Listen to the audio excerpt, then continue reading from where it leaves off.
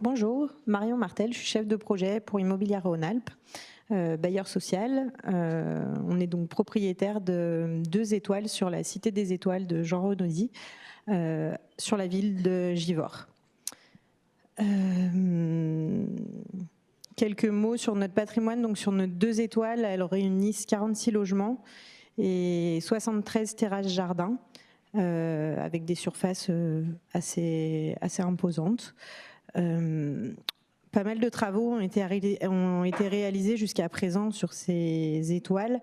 Des interventions isolées. On a remplacé les menuiseries, on a travaillé sur le système de chauffage, on a nettoyé les façades, on a récemment refait les toitures jardin puisqu'on avait des infiltrations dans tous les logements. Donc c'est des opérations qui sont enchaînées, au gré, on va dire, des nécessités qu'il y avait. Et aujourd'hui, l'enjeu est de travailler sur une opération de réhabilitation donc d'ensemble en fait sur nos 2 étoiles. Et de répondre aux enjeux d'une réhabilitation thermique. On est sur une étiquette D aujourd'hui sur nos logements, donc on n'est pas très mauvais, mais on a un peu fait le tour en gros de tout ce qu'il y avait à faire. Donc il va falloir qu'on trouve de nouvelles idées, qu'on soit performant pour répondre aux enjeux actuels et atteindre les niveaux qui sont attendus aujourd'hui.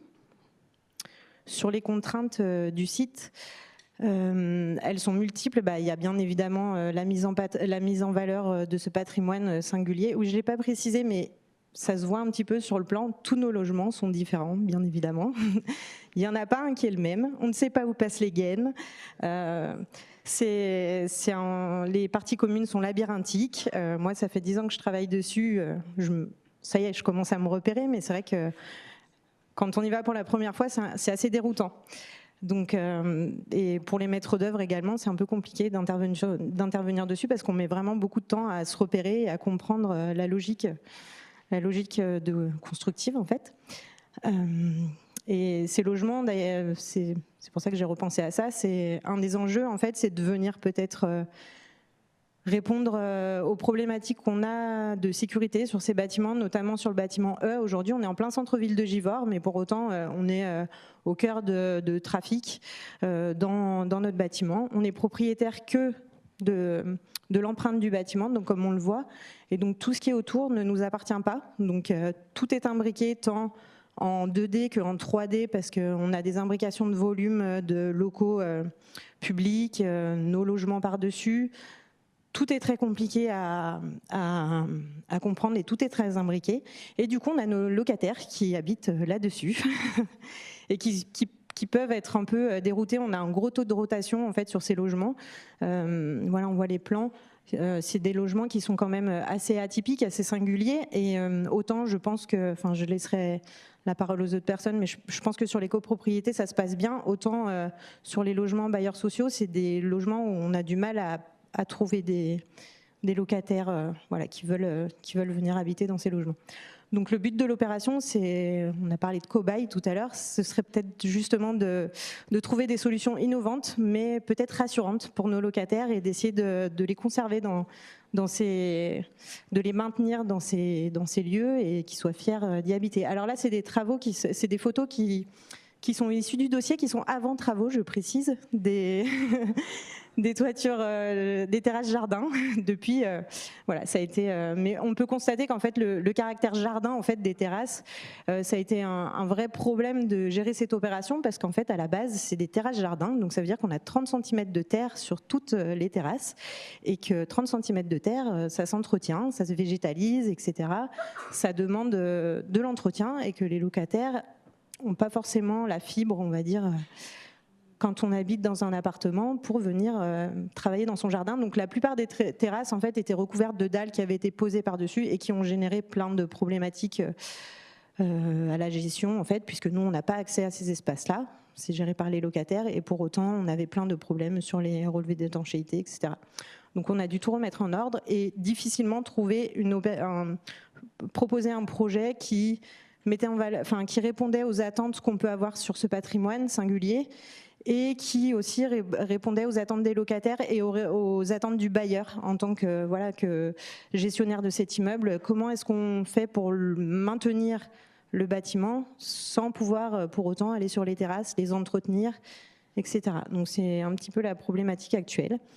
Et du coup, ce qu'on aimerait, c'est dans cette réhabilitation thermique, c'est de travailler notamment sur le thème de l'eau, du confort d'été, voilà, tout en intégrant les problématiques techniques. J'ai aussi oublié de parler de ça, c'est qu'on a des façades rideaux aujourd'hui qui sont faites en panneaux sandwich, avec des panneaux Glasal, évidemment. et donc voilà, on voudrait venir intervenir sur l'enveloppe du bâtiment, mais comment est-ce qu'on fait pour intervenir sur ces façades ? C'est une problématique en plus, sachant qu'à l'intérieur aussi, sur les parois des logements et des parties communes, on a de l'amiante dans les bandes à joints, donc sur toutes les cloisons. Donc le sujet amiante qui est assez présent. Je crois que j'ai fait à peu près le tour de toutes les problématiques. Bon, je vais continuer sur le sujet de Givors. Christophe Margueron, je suis architecte des bâtiments de France. Mais ce que je voulais dire, c'est qu'au début, je ne suis pas intervenu comme architecte des bâtiments de France parce que le bâtiment n'était pas du tout en secteur, en abord de monuments historiques. Par contre, il l'est devenu depuis à peu près 6 mois, parce qu'il y a une protection. La manière dont mais il n'empêche que j'ai été quand même sollicité sur ce dossier au titre du label 20e.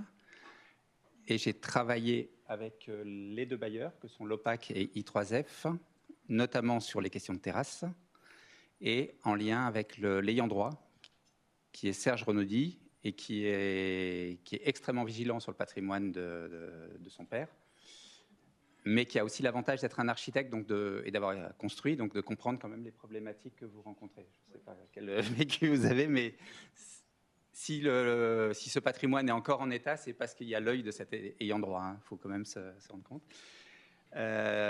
L'autre chose quand même par rapport à ce bâti, moi j'ai habité à Ivry, dans le centre H7 pendant 7 ans, donc c'est un bâti que je connais assez bien et que j'apprécie, donc ça compte quand même beaucoup. Et je vois aussi ses limites, c'est-à-dire le fait que c'est un acte militant de vivre à l'intérieur et que c'est extrêmement dur pour des locataires de bailleurs sociaux qui n'ont pas toujours choisi cet endroit-là. Mais même pour des propriétaires, c'est compliqué. Il y a des âges de la vie. Moi, quand j'y étais, je ne m'intéressais absolument pas au jardin. J'avais la propriétaire qui était à Besançon qui me demandait si je m'occupais de ses plantes. À 25 ans, je m'en occupais pas du tout. Et c'était voilà. Donc, ça demande... c'est des très beaux logements. Bah, que ça soit ceux de Givors ou ceux d'Ivry, mais c'est compliqué à vivre. Hein. C'est quand même, faut être clair. Et je pense quand même que c'est une architecture, même en comparaison avec ce qu'on a vu avant, qui a un potentiel extrêmement important dans le cadre du réchauffement climatique. C'est alors plus dans la question du confort d'été que du confort d'hiver, il faut être clair. Ce qui est un peu le problème actuellement, c'est que tout le système de réglementation thermique est encore extrêmement orienté vers le confort d'hiver, alors que la perspective, c'est le 4 degrés. Mais dans ce cadre-là, la réglementation va suivre avec retard, mais elle va suivre. C'est quand même des bâtiments qui ont ces 40 cm de terre. On a rarement fait une isolation meilleure en couverture. C'est des bâtiments qui ont un développé de façade qui permet d'avoir des différentes orientations, d'avoir des faces froides, des faces chaudes, de créer des courants d'air. Voilà, c'est un bâtiment labyrinthique, collé à une falaise contre le rocher, un schiste et tout ça, donc avec des possibilités sur la ventilation naturelle extrêmes. Donc c'est vraiment... donc en termes de confort d'été, avec le réchauffement, je pense que ça va devenir extrêmement intéressant. Confort d'hiver, c'est un problème parce que le développé de façade, c'est du pont thermique et des bâtiments en triangle sont absolument impossibles à défendre quelque part, même avec du triple vitrage. Donc voilà, il y a des choses à trouver là-dessus. Donc ce que je disais, c'est qu'en fait là, il y a une évolution. On avait un regard d'observateur et un regard d'appui à l'action des ayants droit, et d'un seul coup, il y a cette protection monument historique de l'Église qui fait qu'on est en avis conforme.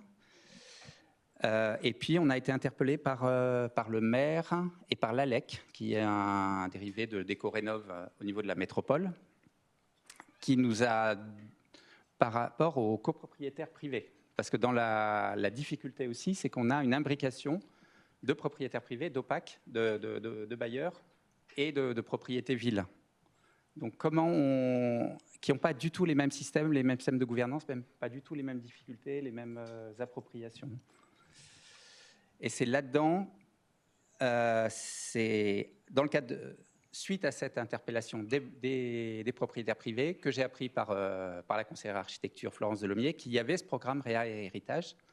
Et la question qui se pose, c'est comment ces bailleurs privés qui ont des problèmes de chauffage, c'est comme ça la porte d'entrée, peuvent raccrocher le programme Réa Héritage qui a été initié par I3F. Ça, et même chose pour la ville qui ne savait pas très bien quelle était sa situation par rapport à ce programme. Donc il y a quand même il y a ces acteurs-là. Et donc on a eu un certain nombre de réunions là-dessus pour essayer de voir comment on pouvait apporter des réponses à l'ALEC et aux bailleurs, et des réponses qui ils rentrent par la petite porte, et on reste au niveau de la petite porte, c'est-à-dire on reste à un niveau très technique dans les réponses, c'est-à-dire qu'on aborde la question de la paroi, puisque c'est clairement l'endroit qui est la zone de déperdition thermique qui a été identifiée, parce qu'on ne peut pas rentrer dans un grand programme qui devrait être sous maîtrise publique. Donc et ensuite voir avec Réa Héritage comment on peut travailler en association ou en complémentarité sur cette étude. C'est un peu alors c'est les balbutiements, mais c'est un petit peu actuellement où on en est. Là, je vois le maire la semaine prochaine. Il va y avoir, on essaye de convenir d'une réunion début juillet. Voilà, donc ça va être une vraie question parce qu'on a un problème de gouvernance avec des gens qui ont des intérêts et des fonctionnements très différents. Un bailleur et des propriétaires privés, c'est pas du tout la même chose. Et si on les marie de force, on peut faire exploser le système et ça mènera à rien. Donc ça, c'est mon premier. Et l'autre chose qui se pose, et je le vois très bien au niveau de la DRAC, c'est qu'il y a une question de comment... Alors eux, c'est comment protéger ce bâti, mais c'est aussi comment le pérenniser. Avec des gens qui ont très envie de faire une protection monument historique, parce que c'est depuis très très longtemps dans les cartons. Mais c'est une question qui se pose. Est-ce que c'est vraiment adapté à une protection monument historique ? Il y a la solution de facilité qui consiste à prendre un petit bout, le faire monument historique, et puis après faire surveiller les abords par l'ABF. C'est ce qui s'est fait sur la cité des États-Unis de Tony Garnier. Bon, c'est une approche, mais qui est intellectuellement pas très satisfaisante parce qu'on n'aborde pas la question comme un ensemble urbain. On détourne un peu la protection et on définit une partie comme très protégée, une autre partie comme l'étant par relation, mais pas directe.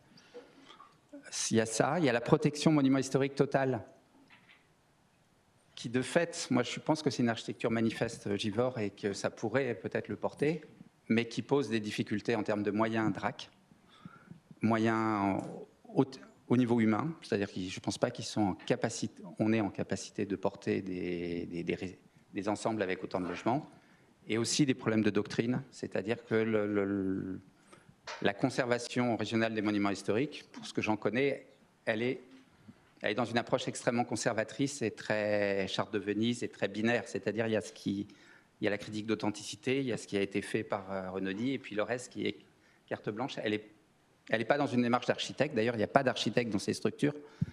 Donc on va analyser la teneur des bétons, on va faire des choses comme ça, mais je ne suis pas sûr que ça soit l'enjeu, forcément. Donc il y a une question qui va se poser, mais ça, ce n'est pas moi qui vais y répondre. Il peut y avoir le SPR, qui est, à mon avis, qui aurait dû être fait aux États-Unis, et qui peut être une réponse intéressante, mais qui est quand même quelque chose de compliqué à mettre en place, qui est une grosse machine, surtout depuis la loi El Cap. Donc, voilà. Mais c'est dommage que Bruno Mangoli ne soit pas là pour répondre, mais c'est une servitude d'utilité publique qui se calque sur le PLU, qui, si ça pouvait être light, pourrait être intéressant. Moi, voilà. Et